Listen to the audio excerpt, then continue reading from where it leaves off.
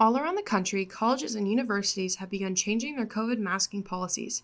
In February, Longwood University announced that after 2 years of requiring masks in all public areas, masks are no longer required in non-classroom spaces. Now, one indoor campus space that has been allowed to set their own policies is drawing some attention.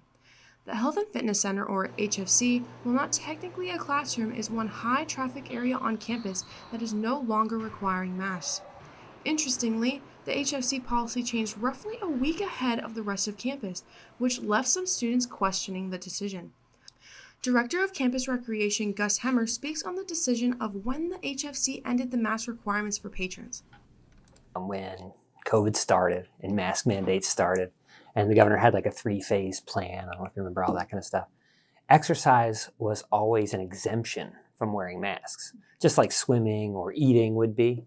It was always an exemption from the get-go. We separated our equipment so you could actually, while you were on like a elliptical or something, take your mask off while you're exercising. And that was all within the CDC and the state and then the university regulations.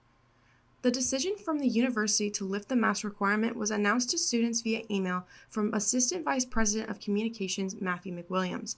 But the question that remains unclear is why the HFC didn't also announce the mask requirement being lifted. No, we didn't push any big announcement because we wanted people to feel comfortable masking up if they wanted to.